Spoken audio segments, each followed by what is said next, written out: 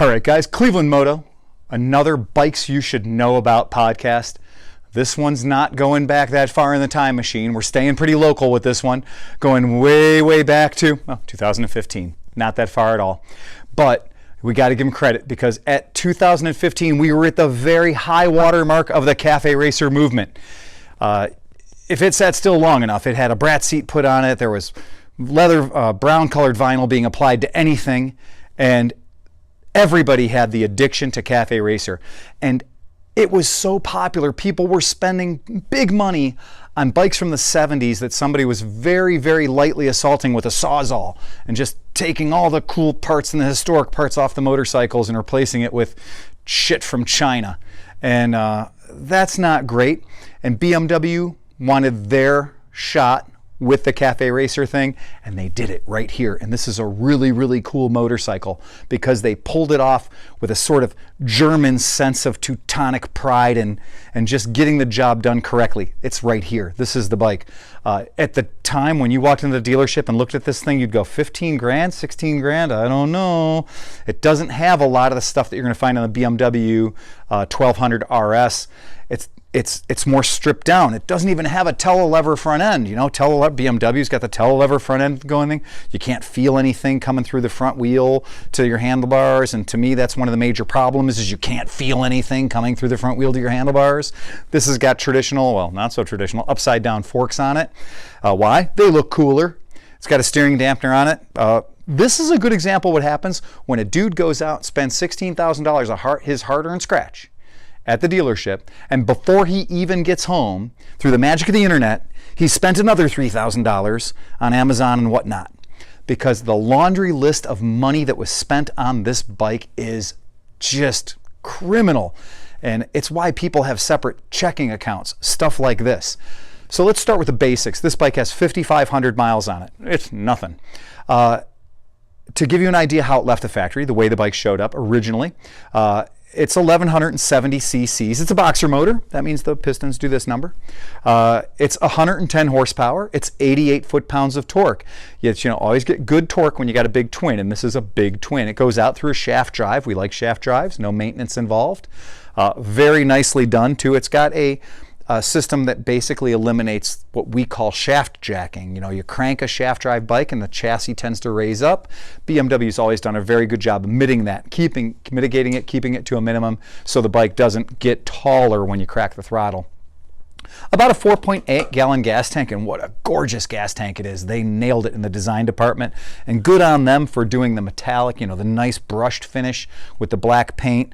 Just a very handsome motorcycle. And I'm a person who's 6'1". I'm a person that's over 200 pounds, and I feel very comfortable on this bike. It does have the wide handlebars. We're going to attack the road. We're going to go out and do the most cafe racing that we can cafe race in one day of cafes. But it's cool. It feels great. The bike is about 125 miles per hour. So this is what you're going to get into. And you got this big parallel, or this big boxer twin. They're 125 miles an hour is not out of the question at all. You're going to be seeing around 45 miles per gallon out of this bike. So you're probably going to be in the neighborhood of 200 miles on a tank of gas for this one. 489 pounds is what BMW says it weighs, soaking wet and ready to ride, which I completely believe them. Again, my favorite bikes are the bikes that weigh around 400 pounds, but those bikes aren't 1,200 cc's, and this bike is 1,200 cc's, so 489 pounds, not that bad. Very, very cool. Now let's talk about what the owner did prior to deciding that he didn't want this bike anymore and bought a big-ass Moto Guzzi. Let's see what he did. Well, first thing, he changed all of his levers. The levers are all adjustable levers, so now depending on what size paws you have or what size Gorilla Mittens you're wearing that day, you can adjust the levers to suit them. He's got Rizoma master cylinder covers in tasteful bright blue. Once again, not what I would have done, but it's what he did. It's got a Pugue windshield on the front. It's got a really badass sounding Akrapovic exhaust on it. I mean, it brings the thunder. It has a power commander USB to help reel that in and make sure it works correctly so the bike idles really good. The power delivery, when you crack the throttle on this thing, you better be holding on because that big boxer motor is going to give you a little bit of thud there. The license plate holder, it's got one of those funny license plate holders on the back where you can fold it sideways, I guess for racetrack use or something, or I'm not saying you're going to flee or elude the police on this thing, but you can fold the license plate sideways. In the meanwhile, to me, that just has always seemed like a great way to cut your leg, but yeah, so be it. That's what it's there. Somebody paid for it. It's got the little tiny microscopic LED turn signals on the back, which do light up quite brightly. Same with the tail light. Those are cool. Corbin, very nice, very beautiful sculpted Corbin saddle. This bike, when it came out of the factory, this bike was designed to carry just you, no accomplices. And this bike now has been modified, so this person has added passenger pegs to the rear and got this Corbin seat, which has place for a passenger. We have tested this here at ClevelandMoto, and we have determined that one Renee-sized person can fit on the back of this bike if she holds on extremely tight. So yeah, you could, but I think somebody had a t-shirt somewhere that says something about no fat chicks, and that would be appropriate for this bike because you have got to be the smallest human being right here. I mean, you had better be an anime star to fit on the back of this seat. There is not a lot of real estate left over. That is an added thing. It's got these really neat aluminum covers on the fuel injectors where they might, interface your boots. So that's kind of neat. Really just kind of tastefully done, not overly done, but I'm going to see probably $3,000 worth of extras added to this bike, which brings us to the elephant in the room, or in this case, the R9T in the room. What's the price on this bike? We're selling the bike at $99.95. I know it's ridiculously the $99.95 thing, but it's less than $10,000, and it's a hell of a lot of bike for less than $10,000. It's got no miles on it, 5,500. It's very lightly used. It is a blast to ride. Talking about just bikes you should know about, bikes that you should be aware of. I know that when you hear BMW, your brain probably goes to like older guy, touring bike, that kind of thing. Not here, it doesn't. This is a real bare knuckle throwdown cafe racer bike, and it is a blast to ride.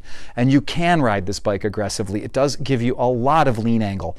It's a really fun bike to ride. Now, just a year or two after this bike, when it came out, BMW got the wacky thing of like making it into a scrambler, and so they actually sold one that you could buy with TKC 80s on it, and just did the whole scramblerfication. About this bike, when it comes to the scrambler, like, no way, not here, man. Too low to the ground. And this bike does have a very low seat height. I'm going to go ahead and throw a leg over it real quick so you guys can appreciate that, again, not just flat-footed, but knees bent.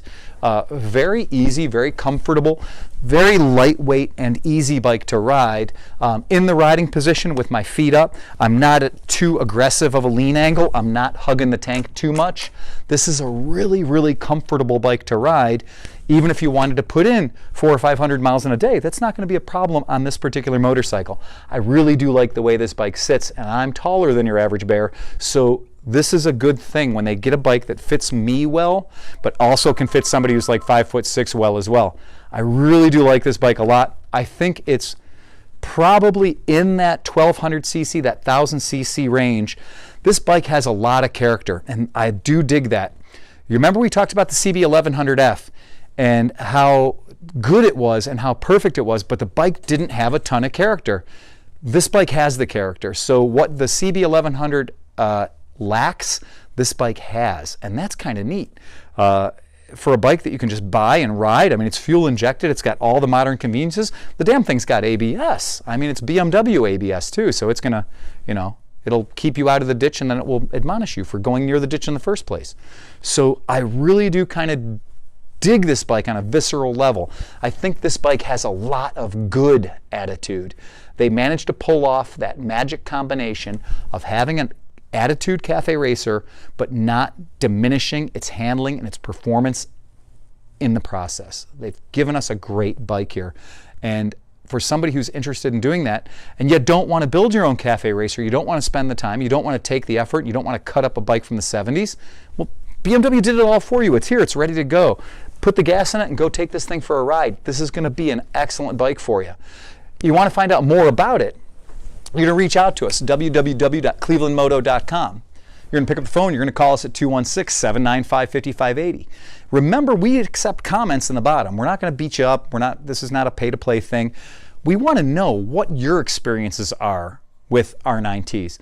Do you have a friend that has one? Do you have one yourself? Would you like to share something about that BMW R9T? So go on the bottom and hit the comments, man.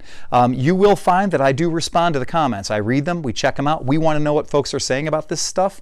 We're having fun with these videos. It's a new thing for us. It's winter, it's cold outside. We have something to do, and this is more exciting for us. You'll find the bikes at www.clevelandmoto.com. Check them out right there. Give us your comments, and remember to please ride fast, take chances. Oh, really? This time snuggle in, like you're actually riding the bike, to kind of give people an idea.